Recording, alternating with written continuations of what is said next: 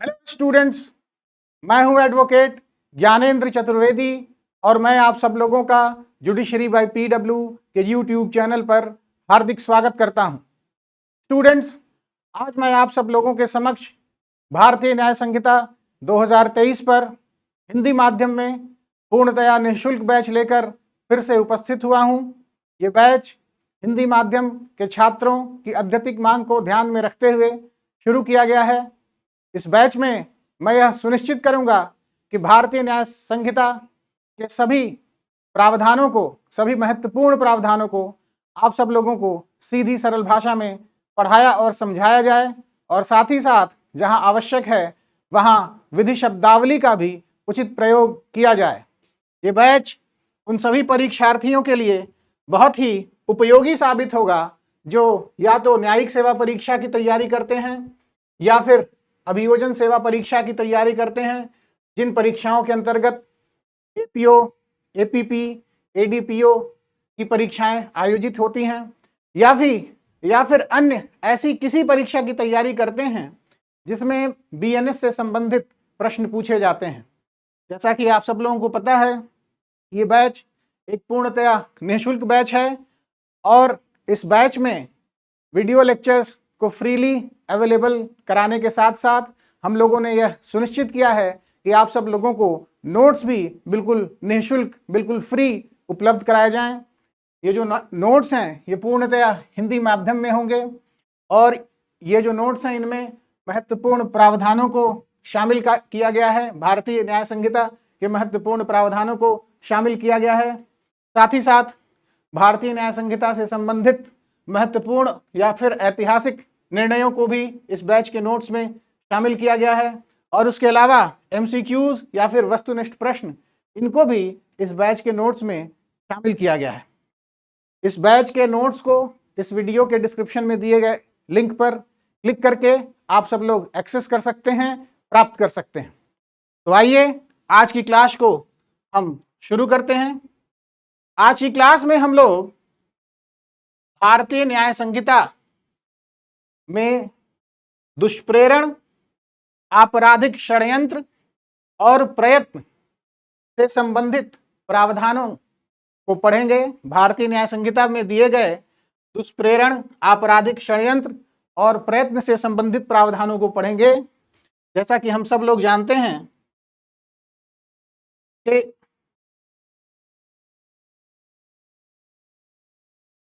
दुष्प्रेरण, आपराधिक षड्यंत्र और प्रयत्न से संबंधित प्रावधान भारतीय न्याय संहिता के अध्याय 4 में दिए गए हैं। यह अध्याय जो है धारा 45 से 62 के प्रावधानों से गठित होता है। तो आइए आज के क्लास की शुरुआत हम दुष्प्रेरण के प्रावधानों को पढ़ने से शुरू करते हैं।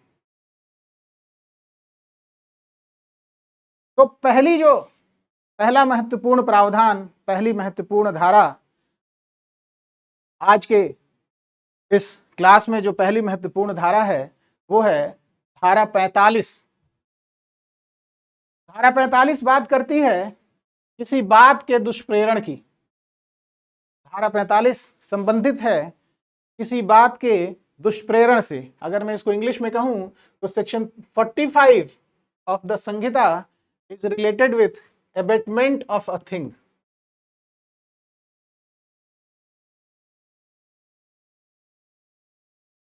तो हम सब जानते हैं कि दुष्प्रेरण को अबेटमेंट कहा जाता है और धारा 45 अबेटमेंट ऑफ अ थिंग से रिलेटेड है। अबेटमेंट ऑफ अ थिंग के संबंध में प्रावधान करती है। किसी बात के दुष्प्रेरण के संबंध में धारा 45 प्रावधान करती है। तो आइए हम ये जो धारा 45 है इसके प्रावधानों को समझने की कोशिश करते हैं।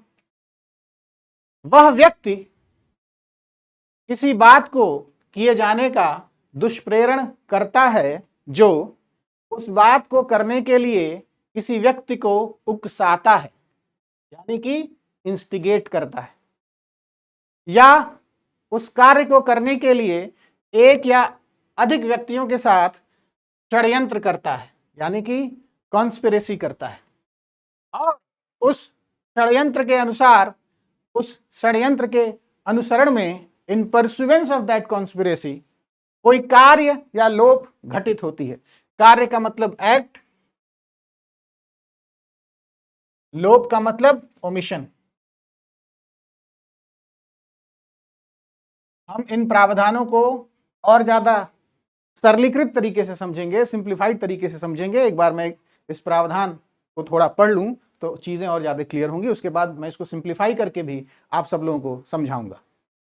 अगला जो है, जानबूझकर किसी कार्य या लोप द्वारा उस कार्य को करने में सहायता करता है, यानी कि इंटेंशनल एड प्रदान करता है। तो हम सबको पता है, जिन लोगों ने भी पीएनएस को एक बार पढ़ा होगा वो सब लोग अवश्य जानते होंगे कि abetment of a thing can be done in 3 ways, either by way of instigation or by way of criminal conspiracy or by way of intentional aid. तो किसी बात का दुष्प्रेरण 3 माध्यमों द्वारा किया जा सकता है, 3 तरीके द्वारा किया जा सकता है, या तो उकसाने से, या फिर आपराधिक षड्यंत्र के माध्यम से, या फिर सहायता प्रदान करने के माध्यम से, इंटेंशनली एड करने के माध्यम से, जानबूझकर सहायता प्रदान करने द्वारा। तो आइए, ये जो धारा 45 है उसके आवश्यक घटकों को और ज्यादा सिंप्लीफाइड तरीके से और ज्यादा सरलीकृत तरीके से हम समझने की कोशिश करते हैं। तो पहला जो महत्वपूर्ण बिंदु है वो ये है कि दुष्प्रेरण का तरीका क्या होगा। तो जैसा मैंने अभी बताया कि दुष्प्रेरण जो है 3 तरीकों से कारित किया जा सकता है। पहला तरीका है उकसाना, और उकसाने का अर्थ है किसी अन्य व्यक्ति को अपराध करने के लिए प्रवोक करना, यानी उसको प्रकोपन देना या प्रोत्साहन देना, एनकरेजमेंट। तो या तो एक व्यक्ति किसी व्यक्ति को अपराध कारित करने के लिए प्रकोपन दे, उसको प्रवोक करे, या फिर प्रोत्साहित करे, या फिर उस पर दबाव बनाए, उसको प्रेशराइज करे। और प्रोत्साहन, प्रकोपन और दबाव बनाने की जो प्रक्रिया है ये मौखिक भी हो सकती है, लिखित भी हो सकती है, इशारों में भी हो सकती है। तो it can be verbal as well as written. तो मौन से भी हो सकती है, it can also be by way of silence. कब मौन से हो सकती है? जब बोलने का कर्तव्य हो। तो इन सभी माध्यम से एक व्यक्ति दूसरे व्यक्ति को उकसा सकता है, और जो ही वो एक व्यक्ति दूसरे व्यक्ति को उकसाएगा तो दुष्प्रेरण कारित हो जाएगा। तो आइए, ये जो उकसाने द्वारा दुष्प्रेरण कारित करने के जो प्रावधान हैं उनको हम एक उदाहरण के माध्यम से भी समझने की कोशिश करते हैं। तो ए बी से कहता है तुम्हें सी को मार देना चाहिए, वह इसके लायक है, यानी कि उसको वो प्रवोक कर रहा है, उसको प्रकोपन दे रहा है। ए के शब्दों से प्रेरित होकर बी सी को मार देता है। ए ने इस कृत्य को उकसाया है, यानी कि ए ने मृत्यु कारित करने के कृत्य को उकसाया है। हत्या के अपराध के लिए ए ने बी को उकसाया है। अगला जो महत्वपूर्ण बिंदु है वो दुष्प्रेरण के दूसरे तरीके से है। तो दुष्प्रेरण का जो दूसरा तरीका है वो है षड्यंत्र द्वारा, यानी कि क्रिमिनल कॉन्स्पिरेसी के माध्यम से। लेकिन क्रिमिनल कॉन्स्पिरेसी के द्वारा अगर दुष्प्रेरण कारित किया जा रहा है तो क्रिमिनल कॉन्स्पिरेसी के साथ साथ कोई कार्य या लोप भी होना चाहिए। तो किसी कार्य के लिए, दुष्प्रेरण के लिए मात्र षड्यंत्र पर्याप्त नहीं है। अकेले में, अपने आप में षड्यंत्र पर्याप्त नहीं है। Criminal conspiracy is not sufficient in itself. उसके लिए यह भी आवश्यक है कि षड्यंत्र के अनुसरण में, in pursuance of the conspiracy, in pursuance of the conspiracy कोई कार्य हो जाए या फिर कोई अवैध लोप अवश्य हो जाए। कोई कार्य अवश्य हो जाए या फिर कोई अवैध लोप अवश्य हो जाए। कार्य का मतलब एक्ट, अवैध लोप का मतलब इलीगल ओमिशन।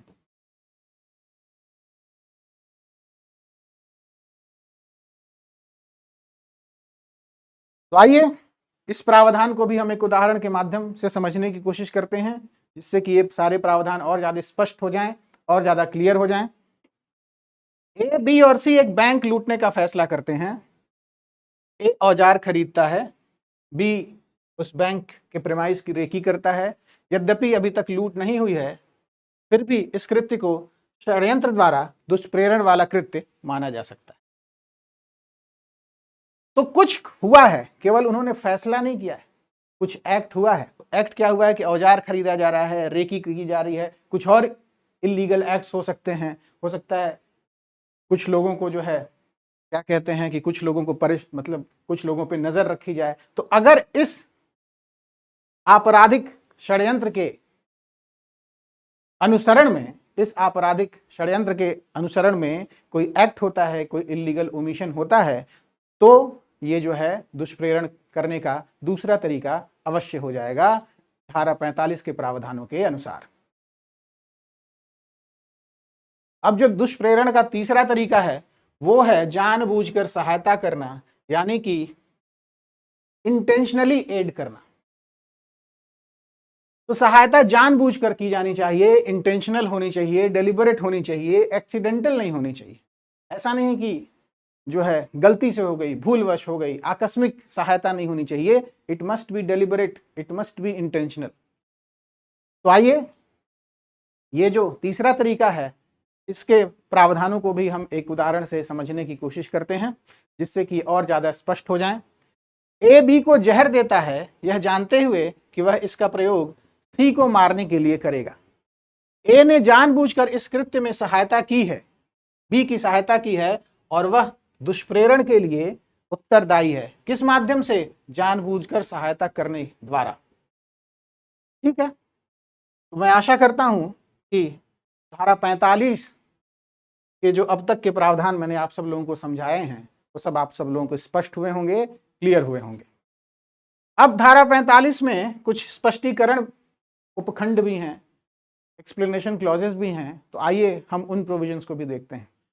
तो जो पहला स्पष्टीकरण है वो क्या कहता है, आइए हम समझते हैं।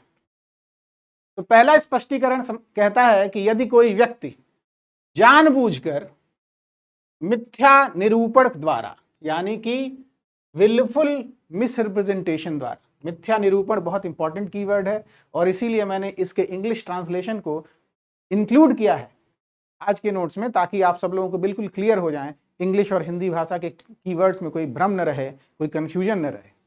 तो यदि कोई व्यक्ति जानबूझकर मिथ्या निरूपण द्वारा, यानी कि विलफुल मिसरिप्रेजेंटेशन द्वारा, या किसी तात्विक तथ्य, यानी कि तात्विक तत्व, मटीरियल, तात्विक तथ्य का मतलब मटीरियल फैक्ट, जिसे प्रकट करने के लिए वह आबद्ध है, यानी कि he is bound to disclose a material fact, और उसको वो जानबूझकर छुपाता है। तो जानबूझकर छिपाने द्वारा, यानी कि बाय विलफुल कंसीलमेंट, स्वेच्छया किसी बात का किया जाना कारित करता है, तो वह उस कृत्य का किया जाना उकसाता है। तो एक व्यक्ति है, वो क्या कर रहा है? मिथ्या निरूपण द्वारा, विलफुल मिसरिप्रेजेंटेशन द्वारा, या फिर किसी मटीरियल फैक्ट को, तात्विक तथ्य को जानबूझकर छिपाने द्वारा, विलफुली कंसीलमेंट करके, विलफुल कंसीलमेंट द्वारा स्वेच्छया किसी बात का कारित किया जाना करता है। वो इंश्योर करता है कि कोई बात कारित हो जाए, कोई घटना कारित हो जाए, कोई अपराध कारित हो जाए, तो वह उस कृत्य का किया जाना उकसाता है। माना जाएगा कि he is said to instigate that particular thing। तो यह माना जाएगा कि उसने उस कृत्य विशेष का किया जाना उकसाया है। He has instigated the doing of that particular thing। आइए स्पष्टीकरण 1 के प्रावधानों को हम एक उदाहरण के माध्यम से भी समझते हैं। ए बी को यह झूठा बताता है कि सी ने बी के धर्म का अपमान किया है। तो ये जो झूठा बताना है ये विलफुल मिसरिप्रेजेंटेशन है, जबकि यह असत्य है, और बी सी की हत्या कर देता है इस विलफुल मिसरिप्रेजेंटेशन की वजह से, ए द्वारा बी को यह झूठ बताने की वजह से। ए ने जानबूझकर मिथ्या निरूपण द्वारा, यानी कि विलफुल मिसरिप्रेजेंटेशन द्वारा इस कृत्य को उकसाया है और इसका दुष्प्रेरण किया है। तो मैं आशा करता हूं कि ये प्रावधान आप सब लोगों को इस उदाहरण के माध्यम से और ज्यादा स्पष्ट हुए होंगे। अब जो दूसरा स्पष्टीकरण है, आइए हम उसके प्रावधानों को देखें। जो कोई या तो किसी कार्य को किए जाने से पूर्व या किए जाने के समय, either before the act being committed or at the time of the act being committed, उस कार्य के किए जाने को सुकर बनाने के लिए, सुकर यानी फैसिलिटेट करने के लिए कोई बात करता है और उसके द्वारा उसके किए जाने को सुकर बनाता है, यानी कि thereby facilitates the commission of that particular act, सुकर बनाने के लिए प्रयास करता है और वास्तव में सुकर बना भी देता है। ही makes an attempt to facilitate that particular thing and also actually facilitates the commission of that particular thing। अगर ये दोनों कंडीशन फुलफिल हो रही हैं, अगर ये दोनों शर्तें पूरी हो रही हैं, तब यह माना जाएगा कि वह उस कार्य को करने में सहायता करता है। तो आइए ये जो प्रावधान है, स्पष्टीकरण 2 के जो प्रावधान हैं, हम इन प्रावधानों को एक उदाहरण के माध्यम से भी समझने का प्रयास करते हैं। तो ये बड़ा सीधा एग्जाम्पल है, लेकिन बहुत ही सटीक एग्जाम्पल है, बहुत ही सटीक उदाहरण है। तो आइए ये बिल्कुल स्पष्ट हो जाएगा, स्पष्टीकरण 2 के जो प्रावधान हैं वो और ज्यादा क्लियर हो जाएंगे। ए बी के लिए घर का दरवाजा खोल देता है, क्यों? ताकि घर में चोरी की जा सके। अर्थात बी क्या कर रहा है कि चोरी को सुकर बनाने के लिए, फैसिलिटेट करने के लिए उसने दरवाजा खोल दिया और वास्तव में चोरी हो भी गई।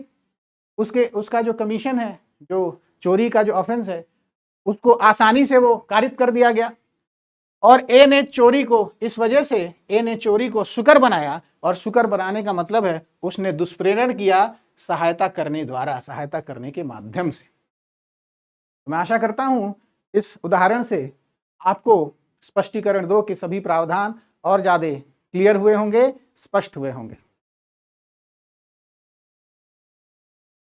अब जो अगला महत्वपूर्ण प्रावधान है वो है धारा 46, और धारा 46 संबंधित है दुष्प्रेरक से। दुष्प्रेरक का मतलब एबेटर।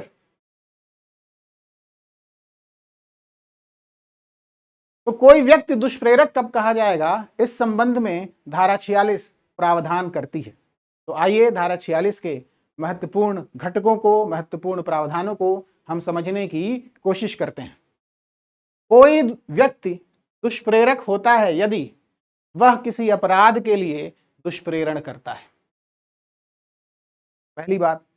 दूसरी बात, या फिर वह किसी ऐसे कार्य के लिए दुष्प्रेरण करता है जो दुष्प्रेरक के समान ज्ञान यानी कि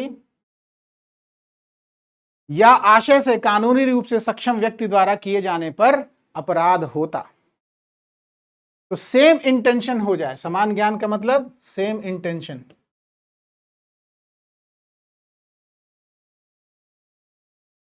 समान आशय,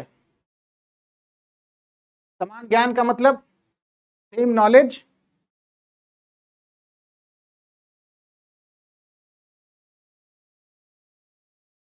समान ज्ञान का अर्थ है सेम नॉलेज, और समान इंटेंशन का मतलब है, समान आशय का मतलब है सेम इंटेंशन।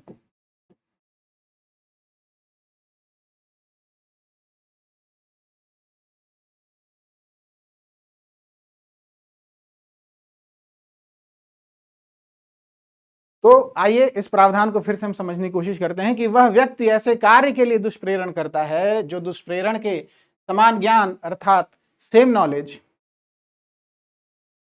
या फिर समान आशय सेम इंटेंशन से कानूनी रूप से सक्षम व्यक्ति द्वारा किए जाने पर अपराध होता। यानी कि if had the been offense committed by a person capable by law of committing an offense, यानी कि जो ऑफेंडर अगर कोई दूसरा व्यक्ति होता और वो लीगली केपेबल होता ऑफेंस करने के लिए, सेम इंटेंशन के माध्यम से या फिर सेम नॉलेज के माध्यम से जैसा कि एबेटर के पास है, तो उस दशा में भी वो दुष्प्रेरक समझा जाएगा।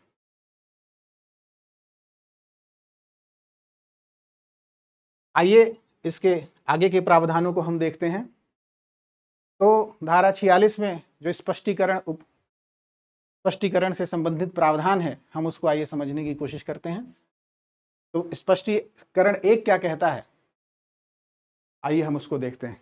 तो स्पष्टीकरण 1 यह प्रावधानित करता है कि अवैध लोप को दुष्प्रेरण माना जा सकता है, यानी कि इलीगल ओमिशन वो भी हम कंसिडर कर सकते हैं कि वो अबेटमेंट है। भले ही दुष्प्रेरक व्यक्तिगत रूप से कार्य करने के लिए बाध्य न हो, किसी को अवैध रूप से किसी कार्य को करने के लिए दुष्प्रेरित करना भी अपराध हो सकता है। तो ये जो प्रावधान हैं उनको हम अगर एक उदाहरण के माध्यम से समझेंगे तो बिल्कुल स्पष्ट हो जाएंगी चीजें। तो आइए हम एक उदाहरण के माध्यम से इस प्रावधान को, स्पष्टीकरण 1 धारा 46 के स्पष्टीकरण 1 के प्रावधानों को हम एक उदाहरण के माध्यम से समझने की कोशिश करते हैं। तो उदाहरण स्वरूप बी जो कि एक पुलिसकर्मी है, उसको वारंट के बावजूद सी को गिरफ्तार न करने के लिए कहता है। अब महत्वपूर्ण बात क्या है कि ए सी को गिरफ्तार करने के लिए कानूनी रूप से बाध्य नहीं है, फिर भी चूंकि उसकी सलाह के कारण बी अवैध लोप करता है, इसलिए ए अवैध लोप के लिए दुष्प्रेरण का दोषी है। तो ये बिल्कुल एक्सप्लेनेशन है। ये स्पष्टीकरण उपखंड का काम ये होता है किसी भी स्टैट्यूट में, किसी भी विधान में, कि वो जो मुख्य प्रावधान है उसको और ज़्यादा क्लैरिफाई करें, उसको और ज़्यादा स्पष्ट करें। स्पष्टीकरण इसीलिए नाम है। तो इसीलिए जो है स्पष्टीकरण 1 जो है ये धारा 46 में जो दुष्प्रेरक की परिभाषा दी गई है उसको और ज़्यादा स्पष्ट करता है, और स्पष्ट करके यह बताता है कि दुष्प्रेरण के लिए यह ज़रूरी नहीं है कि दुष्प्रेरक व्यक्तिगत रूप से कार्य करने के लिए बाध्य हो जिसका लोप किया गया है अवैध रूप से। तो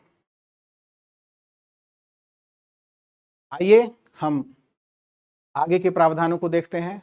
तो स्पष्टीकरण 2 धारा 46 स्पष्टीकरण 2 यह कहता है कि कृत्य किया जाना आवश्यक नहीं है, यदि कृत्य न भी किया जाए तो भी दुष्प्रेरण का अपराध पूर्ण माना जाता है।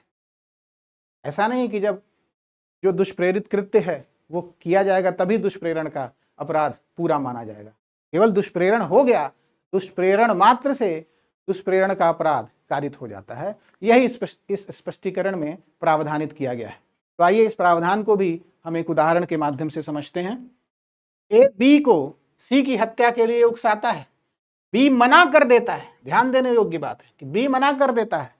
इस स्पष्टीकरण के अंतर्गत ए फिर भी हत्या के दुष्प्रेरण के अपराध का दोषी है।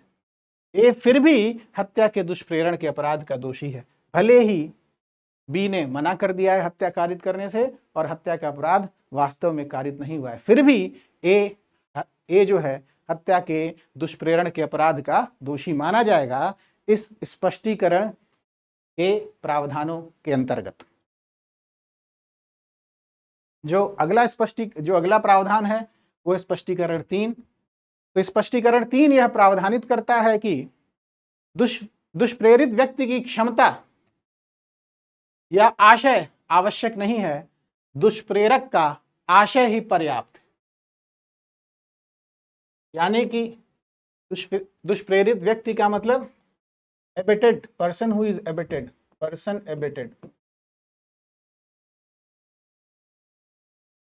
एबेटेड पर्सन की क्षमता यानी कि उसकी कैपेसिटी, लीगल कैपेसिटी का मतलब यहां है capacity to commit a crime, और आशय अर्थात इंटेंट।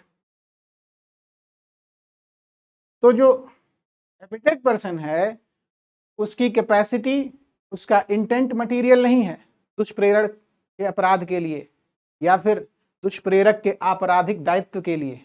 क्या मटेरियल है, क्या आवश्यक है?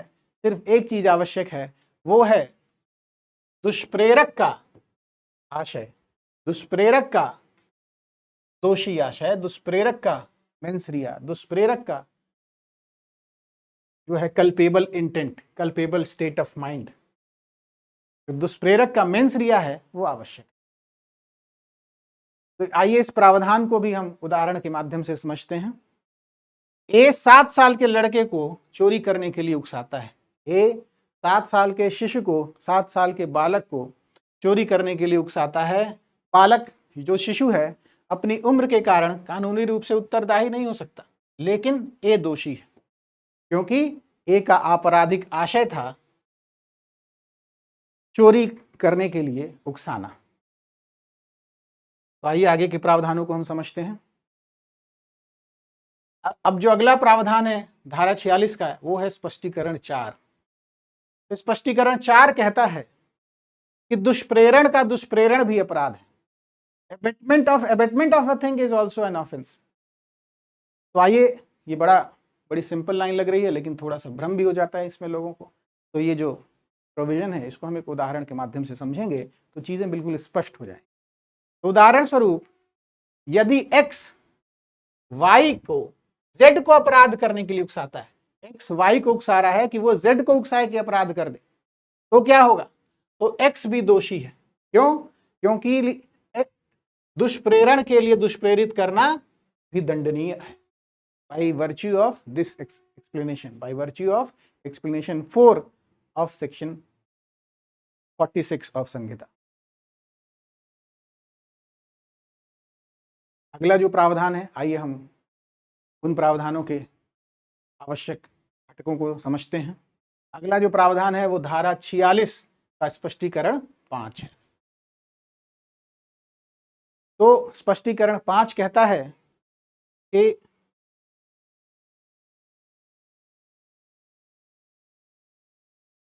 षड्यंत्र आधारित दुष्प्रेरण में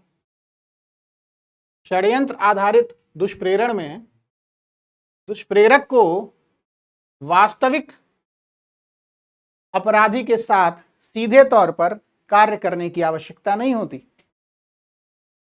इस बात की आवश्यकता होती है सिर्फ केवल भागीदारी ही पर्याप्त है। Only participation is sufficient. ऐसा नहीं है कि वो डायरेक्टली इन्वॉल्व हो जाए, ऐसी बात नहीं है। अगर पार्टिसिपेशन है तो इट इज सफिशिएंट। तो आइए इस प्रावधान को भी हम उदाहरण के माध्यम से समझते हैं। ए, बी और सी डी की हत्या की योजना बनाते हैं। सी उसे अंजाम देता है। ए सी से सीधी बात नहीं करता, लेकिन योजना बनाने में मदद करता है।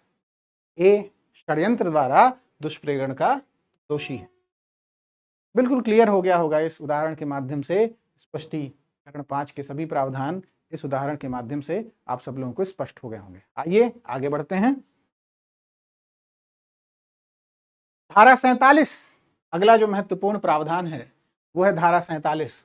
और धारा 47 संबंधित है भारत से बाहर के अपराधों का भारत में दुष्प्रेरण।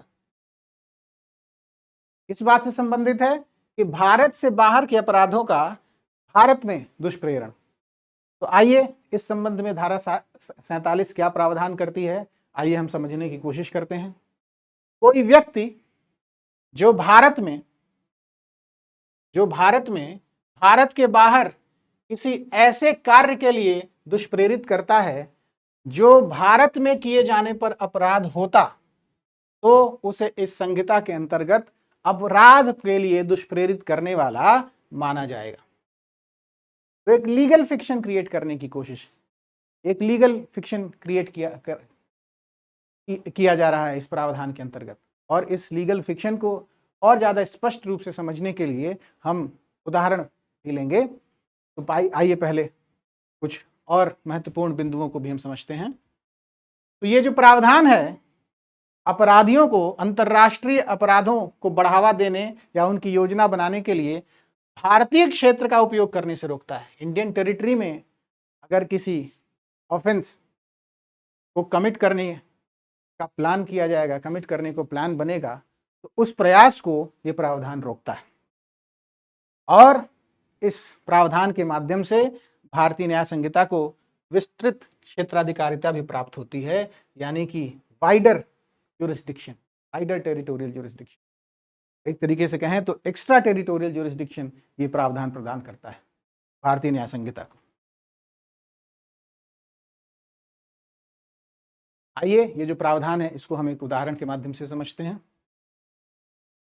दिल्ली अर्थात भारत का एक व्यक्ति अमेरिका के एक हैकर को गोपनीय बैंक डेटा चुराने के लिए उकसाता है। भारत में डेटा चोरी एक दंडनीय अपराध है। इस प्रकार उकसाने से दुष्प्रेरण का अपराध कारित होता है और दिल्ली के उस व्यक्ति पर भारतीय विधि के तहत मुकदमा चलाया जा सकता है। बिल्कुल स्पष्ट हो गया होगा इस उदाहरण के माध्यम से। धारा 47 का प्रावधान बिल्कुल स्पष्ट हुआ होगा और धारा 47 आप सभी लोगों को, जैसा मैंने बताया, कि वो भारत से बाहर के अपराधों का भारत में दुष्प्रेरण इस बात से संबंधित। अगला जो महत्वपूर्ण प्रावधान है वो है धारा 48।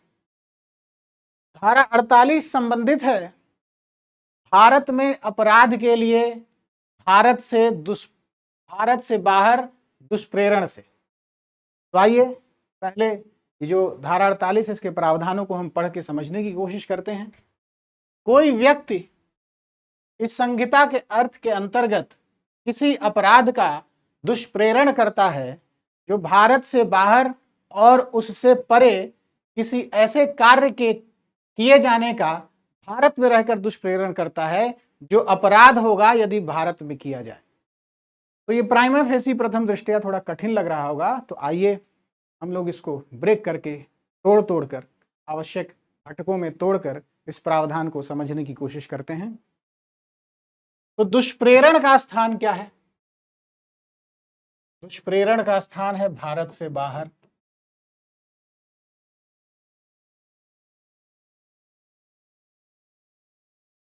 दुष्प्रेरण का स्थान है भारत से बाहर। लिखा है बिल्कुल क्लियरली। भारत से बाहर का मतलब भारत से बाहर और उससे परे, अर्थात विदाउट एंड बियॉन्ड इंडिया।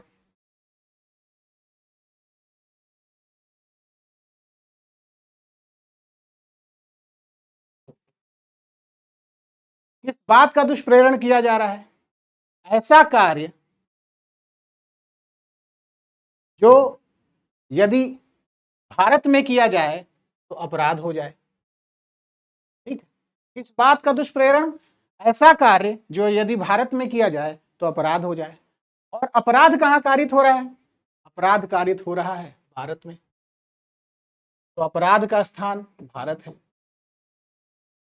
अपराध का स्थान भारत के अंदर है, भारत में है। एक बार इसको लिख दूं ताकि आप सब लोगों को बिल्कुल ये स्पष्ट हो जाए। अपराध का स्थान भारत के अंदर है, भारत के भीतर।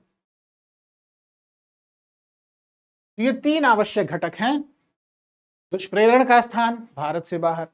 कार्य कैसा होना चाहिए? कार्य ऐसा होना चाहिए कि जो यदि भारत में किया जाता तो अपराध हो जाता। और अपराध का स्थान कहाँ है? वो भारत के भीतर। तो इन सारे, अब ये जो प्रोविजंस हैं, ये जो प्रोविजन है, ये जो धारा 48 के प्रावधान हैं, और जो मैंने अभी आवश्यक घटकों में जिन प्रावधानों को मैंने तोड़कर समझाने की कोशिश की, वो और ज़्यादा स्पष्ट हो जाएंगे जब हम एक उदाहरण से इन्हें समझने की कोशिश करें। तो आइए हम उदाहरण से इस प्रावधान को समझने की कोशिश करते हैं। उदाहरण स्वरूप, ए एक्स देश में बी को भारत में हत्या करने के लिए उकसाता है। ए हत्या के दुष्प्रेरण का दोषी है। बिल्कुल क्लियर है। हत्या जो है ऐसा कृत्य है जो भारत में दंडनीय है, भारत में अपराध है।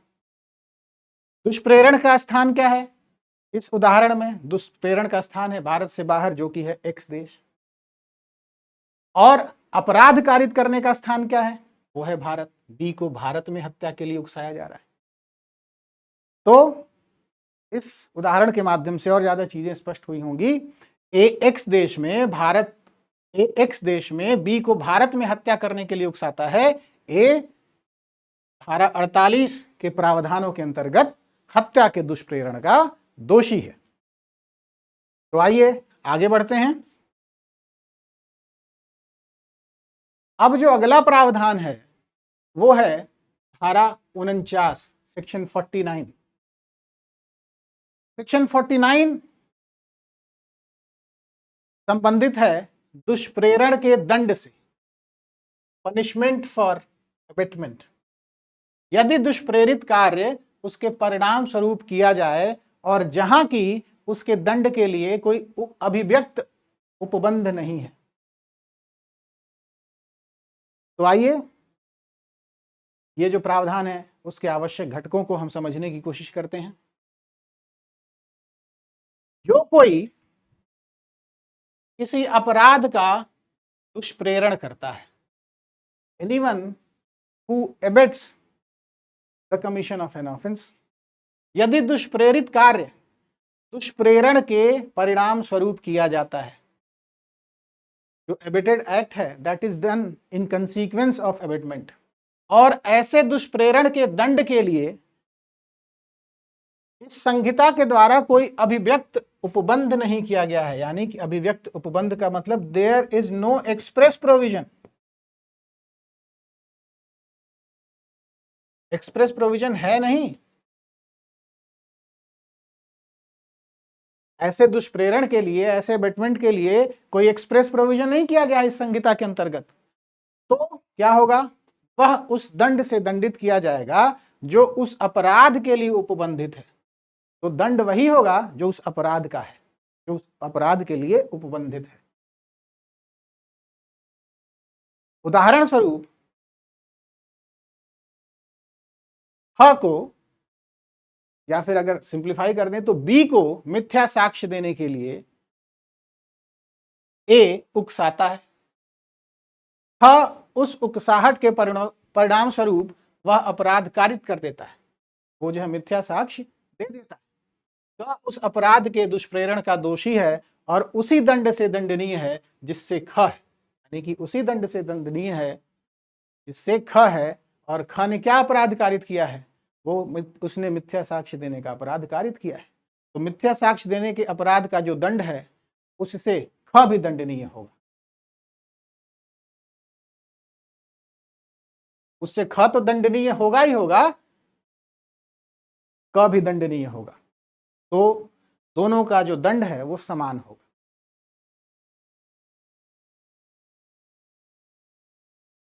आइए आगे बढ़ते हैं। अगला जो प्रावधान है वो है धारा 50। धारा 50 संबंधित है दुष्प्रेरण का दंड यदि दुष्प्रेरित व्यक्ति दुष्प्रेरक के आशय से भिन्न आशय से कार्य करता है।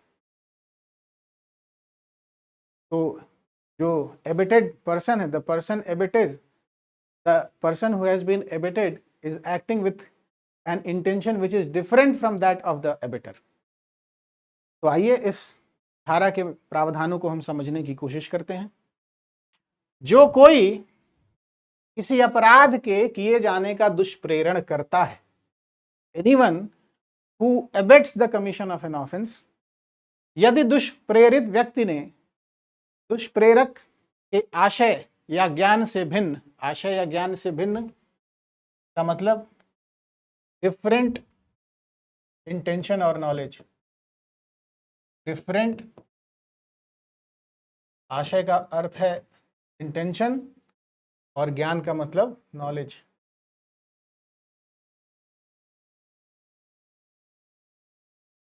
भिन्न आशय या ज्ञान से वह कार्य किया हो तो वह उसी दंड से दंडित किया जाएगा जो उस अपराध के लिए उपबंधित है, जो किया जाता यदि वह कार्य दुष्प्रेरक के ही आशय या ज्ञान से, न कि किसी अन्य आशय या ज्ञान से किया जाता।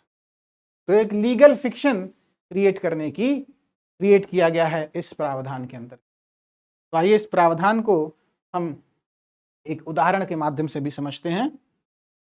उदाहरण के लिए ए बी को बदला लेने के उद्देश्य से सी की हत्या करने के लिए उकसाता है।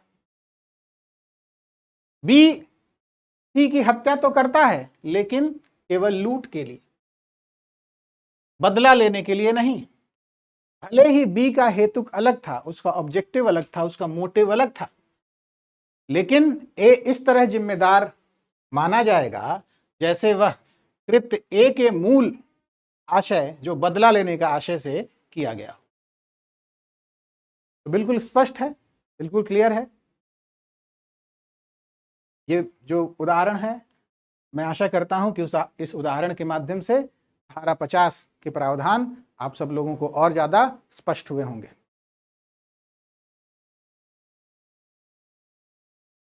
अगला जो प्रावधान है वो है धारा 51। धारा 51 प्रावधान बनाती है किस संबंध में, आइए देखते हैं।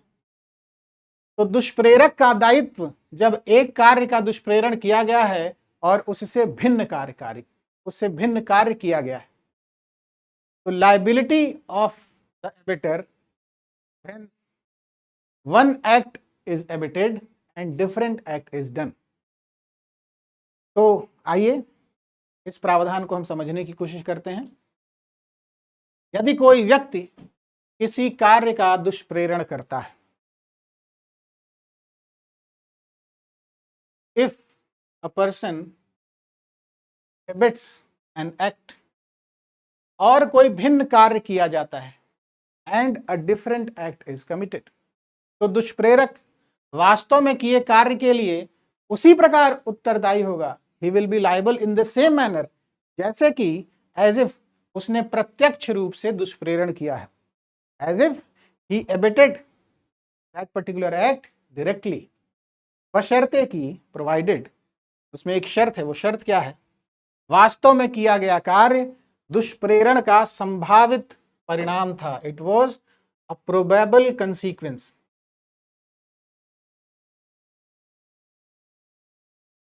ये प्रोबेबल कंसीक्वेंस था और दुष्प्रेरण के प्रभाव में किया गया था। तो प्रोबेबल कंसीक्वेंस तो था ही, और दुष्प्रेरण के प्रभाव में ही ये जो कृत्य था वो किया गया। वास्तव में जो कृत्य किया गया वो दुष्प्रेरण के प्रभाव में किया गया। तो आइए इस प्रावधान को भी, धारा 51 के प्रावधान को भी हम एक उदाहरण के माध्यम से समझने की कोशिश करते हैं। ए बी को सी की घोर उपहति करने के लिए उकसाता है। घोर उपहति का मतलब ग्रीवियस हर्ट।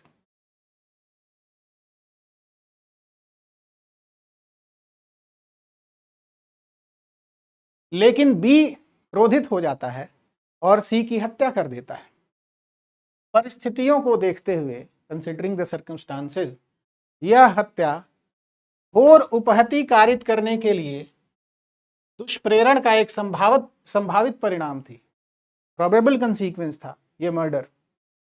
ए हत्या के दुष्प्रेरण के लिए उत्तरदायी है, भले ही उसने विशेष रूप से हत्या के लिए उकसाया ना हो।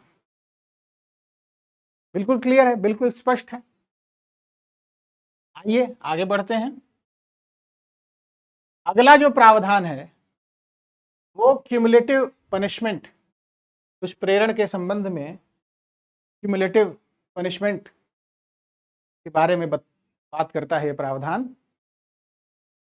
आइए देखते हैं। क्यूमुलेटिव पनिशमेंट को हिंदी में जो टर्म है क्यूमुलेटिव पनिशमेंट के लिए, वो आकलित दंड है। बड़ा इंपॉर्टेंट कीवर्ड है, तो मैंने इसीलिए इसको इंग्लिश में भी यहाँ मेंशन कर दिया है ताकि आप सब लोगों के लिए सहूलियत हो जाए, आप सब लोगों के लिए और ज़्यादा आसान हो जाए। तो आइए धारा 52 क्या कहती है हम देखते हैं। दुष्प्रेरक कब दुष्प्रेरित कार्य के लिए और किए गए कार्य के लिए आकलित दंड यानी कि क्यूमुलेटिव पनिशमेंट से दंडनीय है। यानी कि जो कार्य दुष्प्रेरित किया गया और जो कार्य वास्तव में किया गया, दोनों के पनिशमेंट से, दोनों की क्यूमुलेटिव पनिशमेंट से कब उसको दंडित किया जाता है, ये प्रावधान इस संबंध में, ये धारा इस संबंध में प्रावधान बनाती है। तो आइए देखते हैं इस प्रावधान के आवश्यक घटकों को।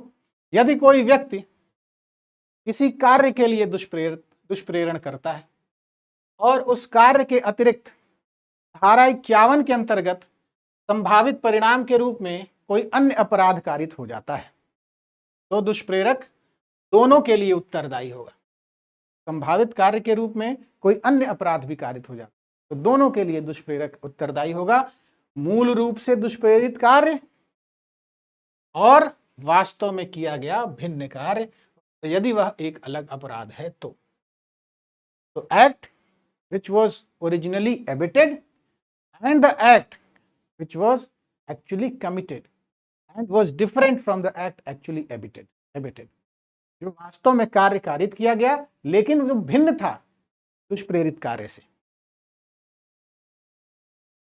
तो आइए इस प्रावधान को हम एक उदाहरण के माध्यम से समझते हैं। धारा 52 के प्रावधानों को हम एक उदाहरण के माध्यम से भी समझते हैं।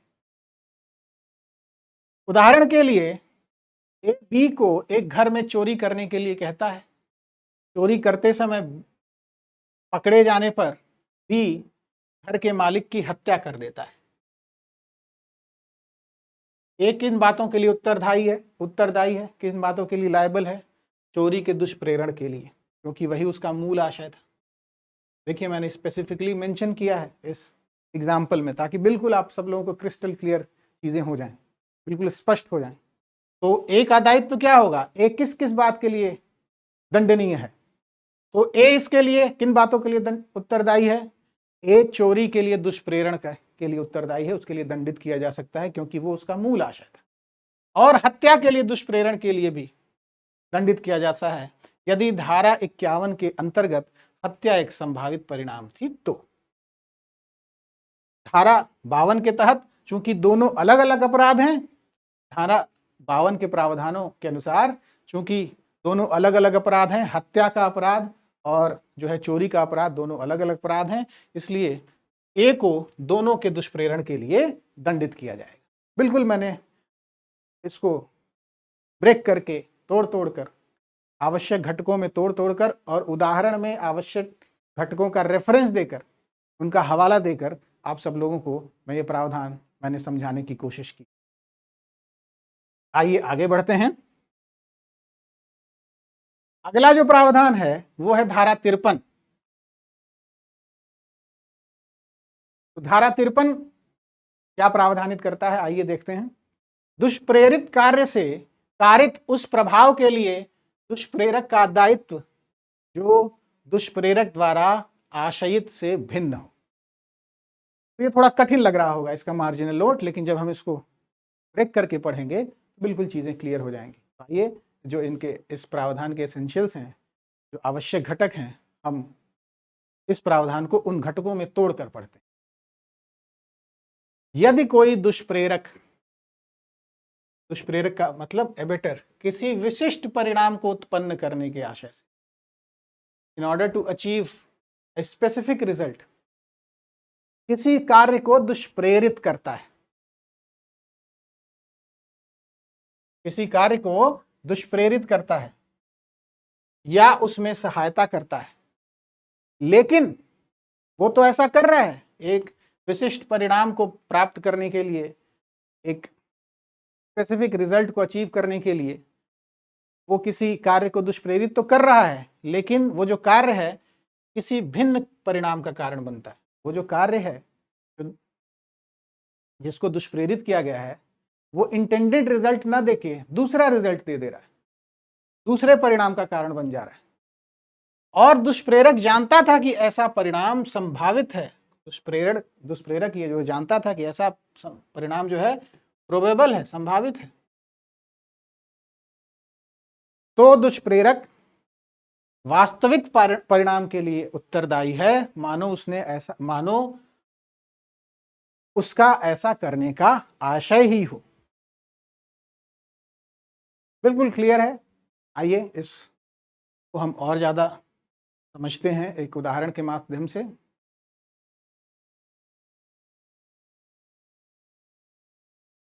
उदाहरण स्वरूप ए बी को सबक सिखाने के लिए सी को पीटने के लिए उकसाता है।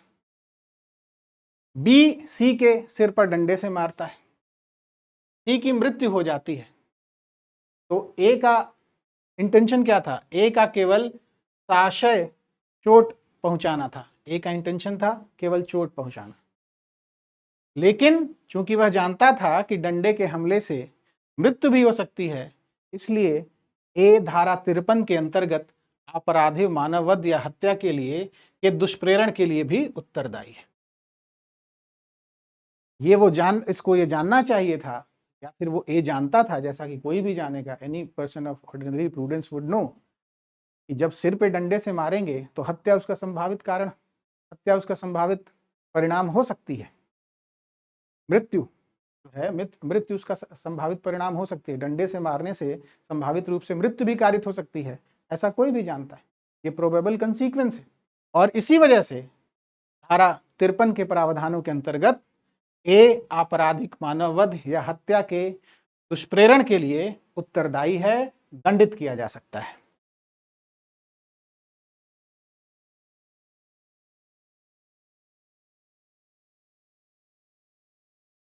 अब जो प्रावधान है, इंपॉर्टेंट अगला महत्वपूर्ण प्रावधान जो है वो है धारा 54, जो संबंधित है। जो क्या प्रावधान करती है ये देखते हैं। अपराध किए जाते समय दुष्प्रेरक की उपस्थिति। तो धारा 54 संबंधित है अपराध किए जाते समय दुष्प्रेरक की उपस्थिति से संबंधित है धारा 54। तो आइए इसके प्रावधानों को हम देखते हैं। जब कोई भी व्यक्ति जो अनुपस्थित होने पर दुष्प्रेरक के नाते दंडनीय होता, अगर वो अनुपस्थित होता तो वो दुष्प्रेरक की तरह दंडनीय होता। उस समय उपस्थित हो जब वह कार्य या अपराध किया जाए जिसके लिए वह दुष्प्रेरण के परिणाम स्वरूप दंडनीय होता, तब यह समझा जाएगा कि उसने ऐसा कार्य या अपराध किया है। तो एक व्यक्ति है, अगर वह अनुपस्थित होता तो वो दुष्प्रेरक के नाते दंडनीय होता, लेकिन वह तब उपस्थित है जब वह कार्य किया जा रहा है या फिर वह अपराध किया जा रहा है जिसके दुष्प्रेरण के लिए उसको दंडित किया जा सकता। तो वह तब इस परिस्थिति में, उसकी उपस्थिति की परिस्थिति में, उसकी अगर वो उपस्थित है तो यह समझा जाएगा कि उसने यह कार्य या अपराध किया है। उसकी लायबिलिटी एक्सीड हो गई, बढ़ गई, merely by reason of his presence. केवल उसकी उपस्थिति के नाते उसकी जो आपराधिक दायित्व है उसका दायरा बढ़ गया। तो आइए ये जो प्रावधान है धारा 54, उसको हम एक उदाहरण के माध्यम से भी समझने की कोशिश करते हैं। ए लूट की योजना बनाता है और बी और सी को भूमिकाएं सौंपता है कि आप ये चीजें करेंगे। बी दुकान में घुस जाता है और सी बंदूक पकड़ लेता है। माना जाता है कि उसने ही लूट की है। ए दुकान के बाहर खड़े होकर देखता है और पुलिस के आने का संकेत देता है। तो इस परिस्थिति में माना जाएगा कि ए ने ही लूट की है। तो बिल्कुल ये क्लियर है कि ए जो कि लूट की योजना बना रहा है और बी और सी को भूमिका तो सौंप रहा है, और उस भूमिका के अंतर्गत बी दुकान में घुस जा रहा है और सी बंदूक पकड़ कर रख रहा है। लेकिन ए भी वहां उपस्थित है और वो क्या कर रहा है, दुकान के बाहर खड़े होकर देख रहा है, ही इज ऑन गार्ड, और पुलिस के आने का संकेत दे रहा है। और इस परिस्थिति में चूंकि वो वहीं प्रेजेंट है तो ये माना जाएगा कि ए ने ही लूट की है। ए ने लूट की है, ये माना जाएगा। तो आइए अब आगे बढ़ते हैं। अगला जो प्रावधान है वो संबंधित है, अगला जो प्रावधान है वो है धारा 55, और धारा 55 संबंधित है मृत्यु या आजीवन कारावास से दंडनीय अपराध के दुष्प्रेरण से। Abetment of an offense which is punishable with death or life imprisonment। तो आइए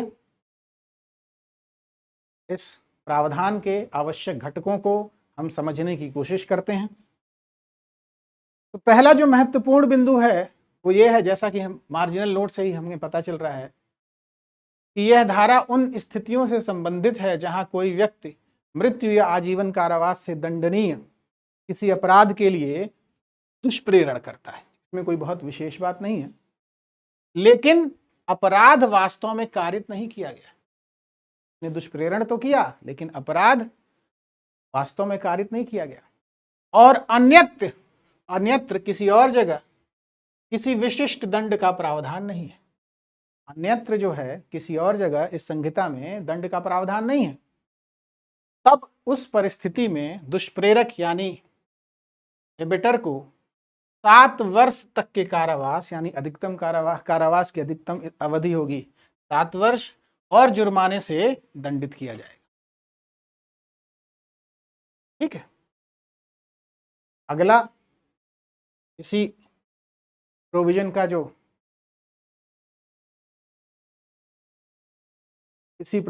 अगला भाग है, आइए हम उसको भी देखते हैं। और यदि उस दुष्प्रेरण के परिणाम स्वरूप कोई कार्य किया जाता है और उससे किसी को क्षति पहुंचती है, चोट पहुंचती है, तो दुष्प्रेरक को 14 वर्ष तक के कारावास और जुर्माने से दंडित किया जाएगा। तो it is an instance of enhanced punishment.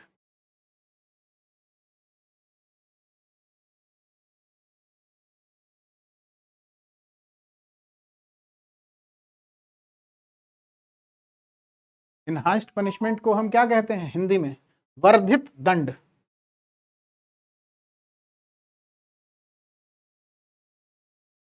तो ये जो प्रावधान है वो वर्धित दंड का एक उदाहरण है, एक इंस्टेंस है, एक दृष्टांत है।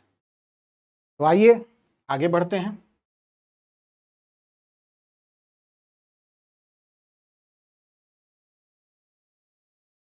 अब ये जो प्रावधान है धारा 55, उसको हम एक उदाहरण के माध्यम से समझेंगे तो और ज्यादा चीजें क्लियर हो जाएंगी। आइए एक उदाहरण के माध्यम से हम धारा 55 के प्रावधानों को समझने की कोशिश करते हैं। ए बी को बदला लेने के लिए सी की मृत्यु कारित करने के लिए कहता है। उसने दुष्प्रेरित किया सी को, परंतु बी अंतिम क्षण में पीछे हट जाता है। He retracts on the last moment, और सी को कोई नुकसान नहीं होता, क्योंकि हत्या जो है, हत्या का अपराध धारा 103 बीएनएस के अंतर्गत मृत्युदंड या आजीवन कारावास से दंडनीय है। और ए ने हत्या के लिए दुष्प्रेरण किया है, भले ही हत्या की नहीं गई है, इसलिए ए को 7 वर्ष तक के कारावास और जुर्माने से दंडित किया जा सकता है। भले ही अपराध कारित नहीं हुआ, भले ही बी अंतिम क्षण में पीछे हट गया है, फिर भी क्योंकि उसने जो है हत्या के अपराध का दुष्प्रेरण किया है, इसलिए धारा 55 के प्रावधानों के अनुसार ए को 7 वर्ष तक के कारावास और जुर्माने से दंडित किया जा सकता है। अब अगला जो प्रावधान है वो है धारा 56 सेक्शन 56, और वो सेक्शन 56 संबंधित है कारावास से दंडनीय अपराध के दुष्प्रेरण से। तो आइए धारा 56 के प्रावधानों को हम समझने की कोशिश करते हैं। यदि कोई व्यक्ति किसी ऐसे अपराध का दुष्प्रेरण करता है जो कारावास से दंडनीय है, that is punishable with imprisonment, लेकिन अपराध वास्तव में किया नहीं गया है और दुष्प्रेरण के लिए कोई विशिष्ट सजा का प्रावधान भी नहीं है, किसी विशिष्ट दंड का अन्यत्र प्रावधान भी नहीं है, तो दुष्प्रेरक को उस अपराध के लिए अधिकतम कारावास की 1/4 अवधि तक की सजा या जुर्माना या दोनों से दंडित किया जा सकता है। तो इसमें जो लिमिट है मैक्सिमम वो है 1/4 ऑफ मैक्सिमम पनिशमेंट। बात को मैं हिंदी में लिख दूं तो और ज्यादा आप लोगों के लिए सहूलियत हो जाएगा। 1/4, इसका 1/4 अधिकतम कारावास का, अधिकतम कारावास का 1/4, 1/4 ऑफ मैक्सिमम इम्प्रिजनमेंट। अब जो एक प्रोविजो भी है यहाँ जो संबंधित है पब्लिक सर्वेंट, लोक सेवक से, परंतुक खंड बोलते हैं प्रोविजो को। तो परंतुक क्या कहता है ये हम देखते हैं। यदि दुष्प्रेरक या दुष्प्रेरित व्यक्ति, ये दोनों बड़ी इंपॉर्टेंट बात है और इससे क्वेश्चन भी पूछा जाता है प्रीलिम्स में कि जो परंतुक खंड है उसमें कौन कौन कवर्ड है, एबिटर कवर्ड है कि पर्सन एबिटेड कवर्ड है कि दोनों कवर्ड है कि दोनों में से कोई नहीं, ऐसा एक प्रश्न पूछा जा सकता है। तो दोनों कवर्ड है, एबिटर भी कवर्ड है और the person abetted that is also covered. तो दुष्प्रेरक और दुष्प्रेरित व्यक्ति दोनों ही सम्मिलित हैं परंतु खंड में। धारा 56 के परंतु खंड में जो लोक सेवक से संबंधित है उसमें दुष्प्रेरक और दुष्प्रेरित व्यक्ति दोनों ही सम्मिलित हैं। कोई लोक सेवक यदि, आइए अब इस परंतु खंड के प्रावधानों को हम समझते हैं।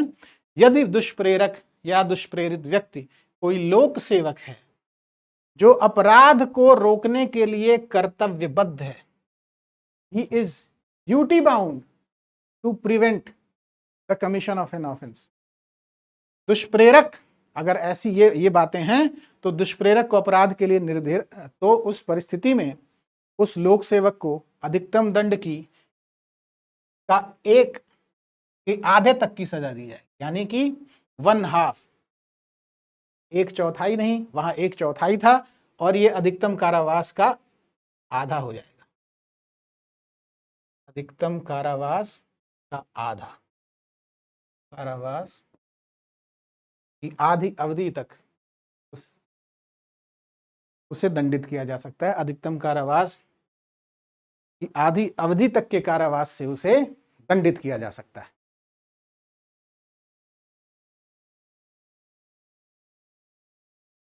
अब आइए ये जो धारा 56 है उसके प्रावधान को हम एक उदाहरण के माध्यम से भी समझते हैं। उदाहरण स्वरूप ए बी को एक दुकान से फोन चुराने के लिए उकसाता है, इंस्टिगेट करता है। बी मना कर देता है और चला जाता है। अपराध कारित नहीं हुआ, चोरी नहीं हुई, फिर भी ए धारा 56 के प्रावधानों के अंतर्गत उत्तरदायी है। कितना उत्तरदायी है? तो 3 वर्ष का 1/4 होगा 9 महीना, तो अधिकतम 9 महीने तक के कारावास का दंड ए के विरुद्ध पारित किया जा सकता है और उसके साथ साथ जुर्माना भी दिया जा सकता है या फिर दोनों दिए जा।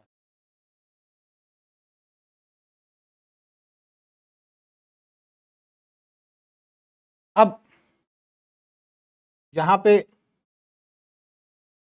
एपिटमेंट से रिलेटेड दुष्प्रेरण से संबंधित प्रावधान जो है कंप्लीट हो गए हैं, उन पे जो डिस्कशन था वो कंप्लीट हो गया है। अब हम आपराधिक षड्यंत्र से संबंधित प्रावधानों पर चर्चा करेंगे। जो भी महत्वपूर्ण प्रावधान थे दुष्प्रेरण से संबंधित, मैंने उनको कवर करने की कोशिश की है आज की इस क्लास में। आइए अब आपराधिक षड्यंत्र से संबंधित प्रावधानों पर हम डिस्कशन करते हैं, हम चर्चा करते हैं। तो आपराधिक षड्यंत्र से संबंधित प्रावधान दिए गए हैं धारा 61 में, बीएनएस की धारा 61 में। धारा 61 में आपराधिक षड्यंत्र की परिभाषा भी दी गई है और अगर विशेष रूप से कहा जाए तो धारा 61 उपधारा 1 में आपराधिक षड्यंत्र को परिभाषित किया गया है। आपराधिक षड्यंत्र जैसा कि आप सब लोग जानते हैं, अंग्रेजी में हम इसे कहते हैं क्रिमिनल कॉन्स्पिरेसी।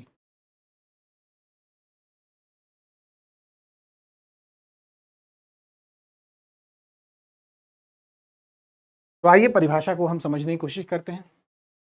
जब 2 या अधिक व्यक्ति कोई अवैध कार्य, इल्लीगल एक्ट, या कोई ऐसा कार्य जो अवैध तो नहीं है लेकिन अवैध साधनों द्वारा, illegal means, bye means of illegal means, करने या करवाने के लिए सामान्य उद्देश्य से, यानी कि उनका कॉमन पर्पस क्या है, सहमत होते हैं, दे अग्री, अग्रीमेंट उनके बीच में है और उद्देश्य क्या है, सामान्य है, तब ऐसी सहमति जो है वो आपराधिक षड्यंत्र कहलाती है। तो या तो कोई अवैध कार्य हो उसके लिए ऐसी सहमति हो, या फिर कोई ऐसा कार्य हो जो अवैध तो नहीं है लेकिन अवैध साधनों द्वारा उसे करने या करवाने के लिए ऐसी सहमति बन जाए। तो इन सभी दशाओं में वो जो सहमति है आपराधिक षड्यंत्र कही जाती है। अब एक जो इंपॉर्टेंट प्रोविजन है, बहुत महत्वपूर्ण बात है धारा 61 के अंतर्गत, वो ये है कि परंतु किसी अपराध को करने की सहमति के सिवाय कोई सहमति आपराधिक षड्यंत्र तब तक नहीं होगी जब तक कि सहमति के अतिरिक्त कोई कार्य उसके अनुसरण में उस सहमति के एक या अधिक पक्षकारों द्वारा नहीं कर दिया जाता। इसको मैं समझाता हूं बिल्कुल कीवर्ड्स के साथ। किसी अपराध को करने की सहमति के सिवा, तो अग्रीमेंट जो है, agreement to commit an offence,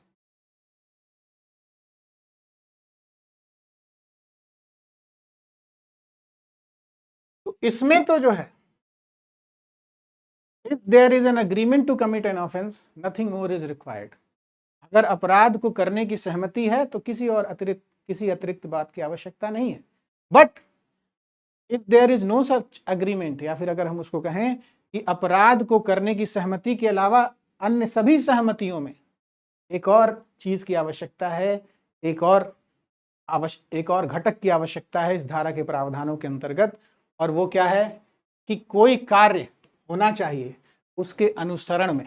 के अनुसरण में मतलब इन परसुवेंस ऑफ सच अग्रीमेंट।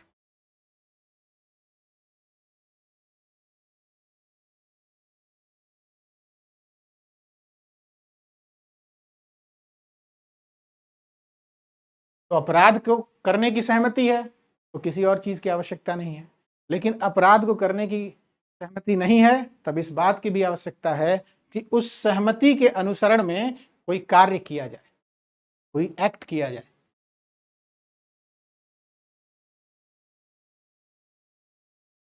और वो एक्ट कौन करेगा? उस सहमति, उस अग्रीमेंट के एक या अधिक पक्षकारों द्वारा ही वो कार्य किया।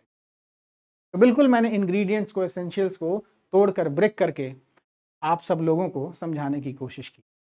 अब एक स्पष्टीकरण खंड भी है इस प्रावधान में, धारा 61 में। वो क्या कहता है आइए हम देखें कि यह तत्वहीन है, यानी कि इट इज इममटीरियल, कि अवैध कार्य ऐसी सहमति का चरम उद्देश्य है, यानी कि whether it is an ultimate object, या फिर उस उद्देश्य का आनुषंगिक मात्र है, या whether it is the ultimate object of such agreement, और whether it is merely incidental to such object। तो इससे मतलब नहीं, मतलब बस इससे है कि क्या उस सहमति के अनुसरण में कोई कार्य किया जा रहा है कि नहीं। What is material?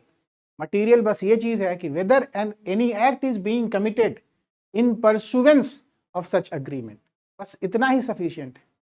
Weather that act is ultimate object or whether that particular act is incidental to the object to be achieved, ये मटीरियल नहीं है। मटीरियल बस इतना है कि क्या कोई कार्य किया जा रहा है उस सहमति के अनुसरण में, whether any act is being committed in pursuance of that particular agreement। अगर ऐसा है तो बिल्कुल ये जो है आपराधिक षड्यंत्र का जो अपराध है वो सृजित होगा, अगर इस सारे आवश्यक घटक जो है वो पूरे होते हैं तो। अब आपराधिक षड्यंत्र से संबंधित दंड के प्रावधानों के बारे में जानते हैं। तो आपराधिक षड्यंत्र से संबंधित दंड के प्रावधान वो दिए गए हैं धारा 61 उपधारा 2 में। तो यदि षड्यंत्र मृत्युदंड, आजीवन कारावास या 2 वर्ष के कठोर कारावास, यानी कि रिगरस इम्प्रिजनमेंट, ये बहुत इंपॉर्टेंट पॉइंट है। अक्सर ऐसा होता है कि कंफ्यूज करने के लिए एक ऑप्शन ये भी दे दिया जाता है कि मृत्युदंड, आजीवन कारावास या 2 वर्ष का कारावास, और उसमें से कठोर हटा दिया तो कंफ्यूजन हो जाता है। तो ये बहुत इंपॉर्टेंट पॉइंट है, इसलिए मैं इसको हाईलाइट कर रहा हूं कि आप जानिए, ये ध्यान में रखिए कि कठोर कारावास यहाँ मेंशन्ड है, रिगरस इम्प्रिजनमेंट मेंशन्ड है। तो यदि षड्यंत्र मृत्युदंड, आजीवन कारावास या 2 वर्ष से अधिक कठोर कारावास से दंडनीय अपराध करने के लिए है, और दंड अलग से निर्धारित नहीं है उस आपराधिक षड्यंत्र के लिए, तो दंड उस अपराध के समान ही दिया जाएगा। क्रिमिनल कॉन्स्पिरेसी के लिए वही दंड होगा जो उस अपराध का हो। तो दंड उस अपराध के समान ही दिया जाएगा। और अन्य षड्यंत्रों के लिए 6 महीने तक की सजा या जुर्माना या दोनों का प्रावधान।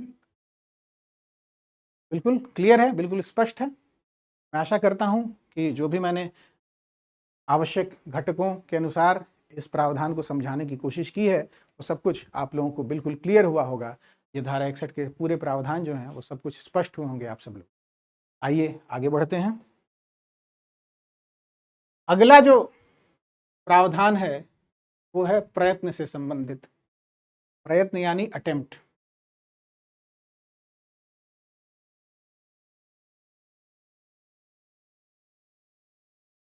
तो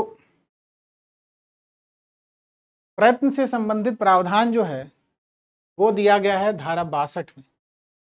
अब तो प्रयत्न का जो जनरल लीगल मीनिंग है वो क्या है? सब जानते हैं कि प्रयत्न जो है तैयारी यानी कि प्रिपरेशन के बाद अपराध करने की दिशा में एक सीधा कदम।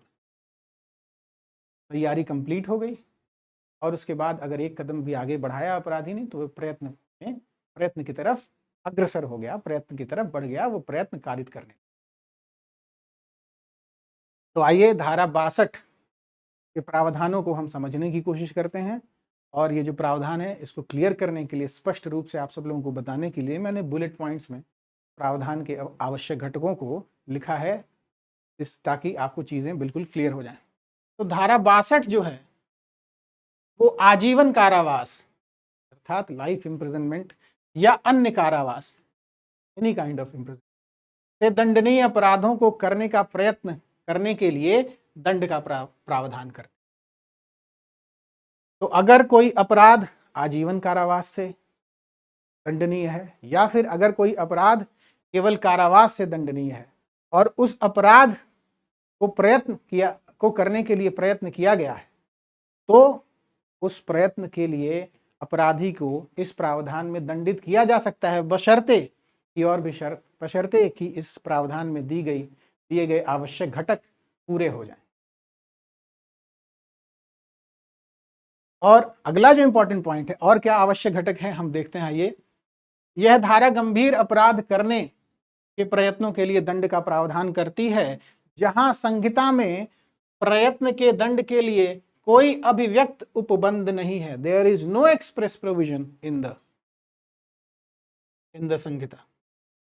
अगर हम इन दोनों बातों को मिला के पढ़ें तो ये कहा जा सकता है कि धारा 62 आजीवन कारावास से या अन्य कारावास से दंडित अपराधों के प्रयत्न के लिए दंड का प्रावधान करती है। और ये धारा तभी लागू होती है जब इस संहिता में प्रयत्न के दंड के लिए विशेष रूप से एक्सप्रेसली कोई प्रोविजन नहीं दिया गया है, अभिव्यक्त उपबंध नहीं किया गया है, एक्सप्रेस प्रोविजन नहीं दिया गया, तभी यह धारा लागू होगी, अप्लाई करेगी। तो अब आवश्यक घटक क्या हो सकते हैं, आइए हम उनको बुलेट पॉइंट्स के माध्यम से भी देखते हैं। तो पहली बात यह है कि जिस अपराध का प्रयत्न किया जा रहा है, जिस अपराध के प्रयत्न करने के लिए, जिस अपराध का प्रयत्न करने के लिए अपराधी को दंडित किया जाना है धारा 62 के प्रावधानों के अंतर्गत, वो अपराध आजीवन कारावास या कारावास से दंडनीय होना चाहिए और अपराधी द्वारा उस अपराध को करने की दिशा में कोई कार्य किया जाना चाहिए। The offender, the accused must do something in order to commit that particular offense.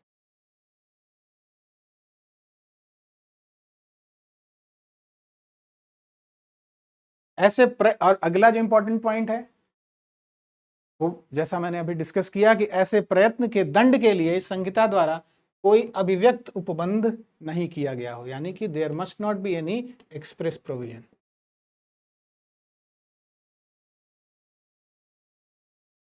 इसका एक बड़ा अच्छा एग्जांपल है कि अगर अटेम्प्ट टू मर्डर है तो उसके लिए प्रोविजन दिया हुआ है। तो वो अटेम्प्ट टू मर्डर उस प्रोविजन में जो स्पेसिफिक प्रोविजन है वहां पनिशेबल है। But if there is attempt to theft, उसके लिए कोई स्पेसिफिक प्रोविजन नहीं है, तो उसका दंड यहाँ है। अगर चोरी करने का प्रयास किया गया है तो उसको यहाँ दंडित किया जाएगा। अगर हत्या को कारित करने का प्रयास किया गया है तो जो इसको जिस धारा के अंतर्गत हत्या करने का प्रयास दंडनीय है वहीं दंडित किया जाएगा। तो ये मैं इसलिए कह रहा हूं क्योंकि हत्या के प्रयास के लिए अभिव्यक्त उपबंध किया गया है, देयर इज एक्सप्रेस प्रोविजन। लेकिन चोरी के प्रयत्न के लिए कोई अभिव्यक्त उपबंध नहीं है, इसीलिए चोरी का प्रयत्न इसी धारा में अर्थात धारा 62 के अंतर्गत ही जो है चोरी का प्रयत्न दंडनीय है। तो अगर ये सारे आवश्यक घटक पूरे होंगे तो क्या होगा, दंड क्या दिया जाएगा, ये बहुत इंपॉर्टेंट पॉइंट है। तो अगर उपरोक्त सभी शर्तें, अगर उपरोक्त सभी आवश्यक घटक पूरे होते हैं तो उस अपराध के लिए उपबंधित किसी भांति के कारावास से उस अवधि के लिए जो आजीवन कारावास के आधे तक की अवधि, आपको याद होगा कि to calculate the fraction of life imprisonment उसको कंसिडर किया जाएगा 20 ईयर्स, वो प्रावधान यहाँ से रिलेट किया जा सकता है। तो ये तो मैंने just to make your reading more exhaustive मैंने ये सजेस्ट किया। तो आइए पहले हम लोग इस प्रावधान पे फोकस करते हैं। तो अगर उपरोक्त सभी शर्तें पूरी होती हैं तो उस प्रावधान के लिए उपबंधित किसी भांति के कारावास से उस अवधि के लिए जो आजीवन कारावास के आधे तक या उस अपराध के लिए उपबंधित दीर्घतम अवधि के आधे तक हो सकेगी। यानी कि अगर उपरोक्त सभी शर्तें पूरी होती हैं तो पनिशमेंट क्या होगा, 1/2 of the term of life imprisonment.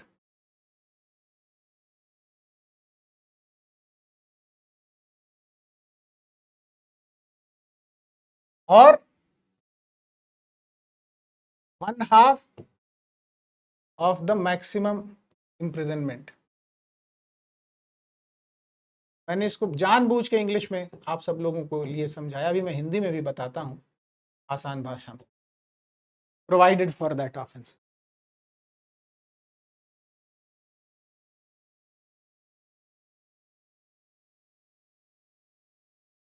तो आजीवन कारावास का आधा या फिर उस अपराध विशेष के लिए जो अधिकतम कारावास है उसका आधा,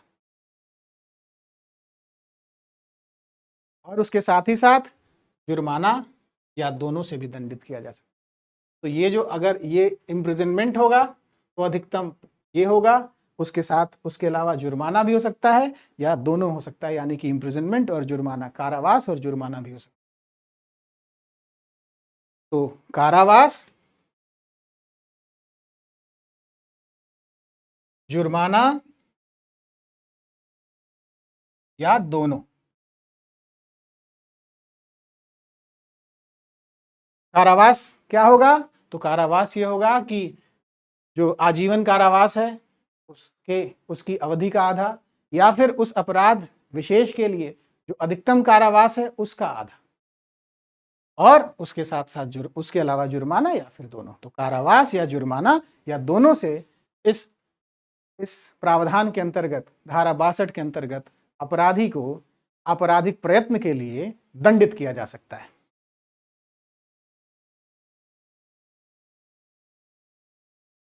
तो आइए ये जो प्रयत्न है से संबंधित प्रावधान है धारा 62, तो हम एक उदाहरण के माध्यम से भी समझते हैं तो और ज्यादा चीजें क्लियर हो जाएंगी। क य की जेब में अपना हाथ डालकर य की जेब से पैसे चुराने का प्रयत्न करता है, लेकिन य की जेब में कुछ न होने के परिणाम स्वरूप अपने प्रयत्न में असफल रहता है। क इस धारा के अधीन दोषी है। क्यों? क्योंकि उसने सारे आवश्यक घटक तो पूरे हुए ही धारा 62 के, इसलिए भी दोषी है क्योंकि चोरी के प्रयत्न के लिए दंड का प्रावधान विशेष रूप से इस संहिता में नहीं दिया गया। तो मैं आशा करता हूं कि इस उदाहरण के माध्यम से भी आप सब लोगों को धारा 62 के प्रावधान और ज्यादा क्लियर हुए होंगे, स्पष्ट हुए होंगे। तो इस प्रकार मैं आज की क्लास को यहीं कंक्लूड करता हूं। आशा है आप सब लोगों को आज की क्लास भी इंफॉर्मेटिव लगी होगी, यूज़फुल लगी होगी। आप सब लोगों को अगर आज की क्लास पसंद आई हो, इंफॉर्मेटिव लगी हो, इंसाइटफुल लगी हो, तो आप सब लोग प्लीज़ वीडियो को लाइक और शेयर करें और चैनल को सब्सक्राइब करें। जय हिंद।